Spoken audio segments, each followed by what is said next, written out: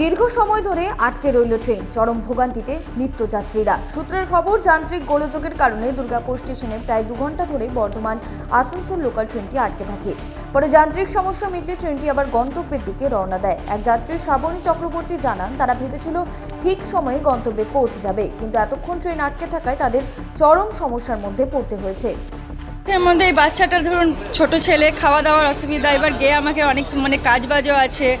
এবার আমরা ভেবেছিলাম 9টা সাড়ে 9টায় পৌঁছে যাবো, কিন্তু তো এখন কত দেরি হবে না দেরি হবে বুঝতেও পারছি না। সমস্যা বিরাট সমস্যা এখন। তারপরে এখন কি করে পৌঁছাবো, সেই বাসে যাবো না ওই ট্রেন লোকালটায় যাবো বুঝতে পারছি না। সবাই বলছে এই ট্রেনটা আগে ছাড়বে, ওটা রেখে দেবে, দাঁড় করিয়ে রেখে দেবে। দুর্গাপুর থেকে সনাতন গড়াইয়ের রিপোর্ট, 99 নিউজ বাংলা।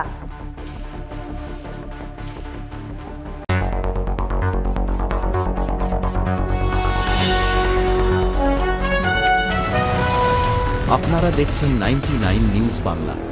বদলাবো আমরা।